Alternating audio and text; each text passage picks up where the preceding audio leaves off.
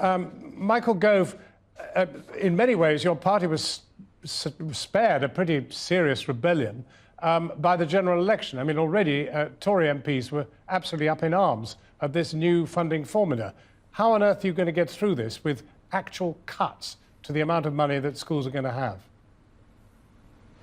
Well, we need to put this in context. It is the case that the overall school budget is protected in real terms, and the cash amount for every student is also protected as well.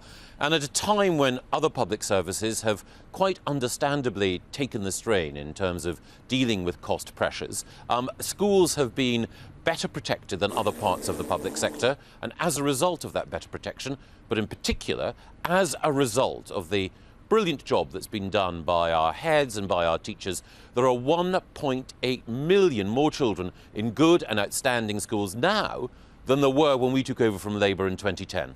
Angela Rayner, what is Labour going to do about funding education?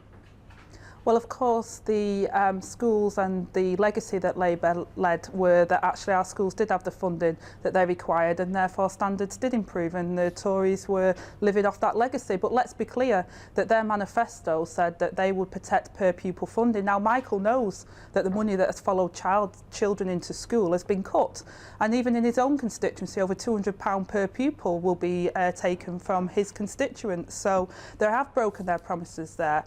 We've been quite clear that we will ensure that every child can reach their full potential and that we would fund our schools, and that will be laid out in our manifesto. We wouldn't waste money on vanity projects like grammar schools and free schools, which quite actually have been a waste of money. And in the National Audit Office have been quite clear that they've paid over 60% more for land where they've not even been able to build schools on them. Well, could it not equally be said that Labour is going to waste money on funding school meals for those children of parents who can well afford them? Well, Michael actually introduced the free school offer for the younger children in primary school, and the report, of course, Michael will know, was quite clear that all primary schools, it was recommended that all primary school children get them, because it actually is beneficial for all children to do that. And I think that those working parents up and down the UK should get that free school meal provided for those young people, because we know that it improves health and education outcomes for all children. Well, Michael Gove, the explosive issue is that of grammar schools and free schools.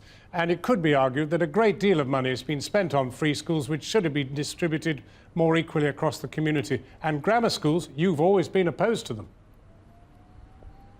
Well, free schools have been a fantastic addition to our school system, and they outperform other schools in the state school sector. More of them are outstanding. And I think that the answer to anyone who's sceptical about free schools is to visit them and to see that these marvellous, comprehensive state schools are doing a brilliant job in helping children from disadvantaged backgrounds to achieve their full potential. All too often, Mr. Gove, from what Angela said. All too often, they're far too expensive. They're far more expensive than a standard primary or secondary school in the state system. That's not true. Actually, if you look at the original National Audit Office report, it pointed out that under the coalition government, we managed to reduce the cost of schools. We managed to ensure that schools were built more cheaply, and we managed to ensure that there were more good school places and outstanding school places when new schools were provided. But one of the problems that we had when we were in government is that Labour, because it had not controlled migration when it was in power, had presided over a significant increase in our population, and that was significant in putting additional pressure on the school system. So we responded by making sure that we had more school places, and those school places were provided more cheaply and more effectively than Labour was able to. Just to pick up on that point, Theresa May, as the Home Secretary, and the Conservatives said that they'd bring migration figures down into the 100,000. It's over double that still. They've failed on that point. And it's not just about migration. That's rubbish. They know that pupil numbers were increasing, and they've done nothing to address that. And free schools cost on average £4,000 a year more per pupil than what state schools were. We've seen the National Audit Office report. We know what the Public Accounts Committee said, and they were pretty damaging and pretty scathing in terms of the waste of money that's gone into that. And now, of course, we're looking at grammar schools as well, which there's no evidence that that will help all the children in the UK. They need to ditch the vanity projects and actually start putting the money into education, which was part of their promises in their manifesto, which Michael Gove was part of. What there is no evidence for is that Labour could spend a single additional penny on education. Labour are pledged to wreck our economy with tax increases which would drive out enterprise and depress growth.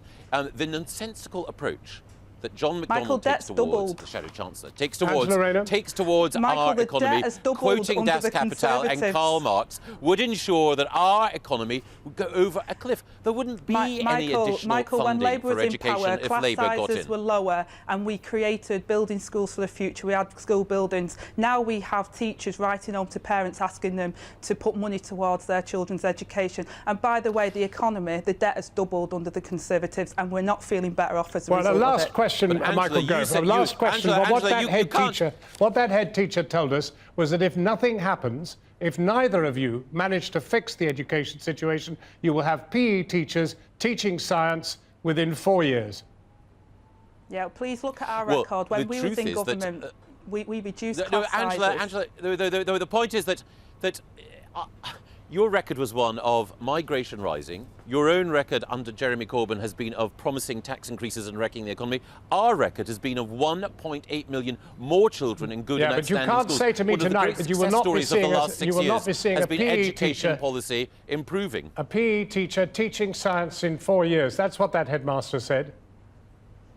Okay. Well, I'm afraid I'm very sceptical of some of the claims that are being made at the moment. When we know that education funding is higher than ever. And one other thing, Angela can't have a cake and eat it, time for another thing. Because she points out that Michael, we've had our other thing. We're going to have to end it there. Thank you both very warmly for coming in. Thank you both.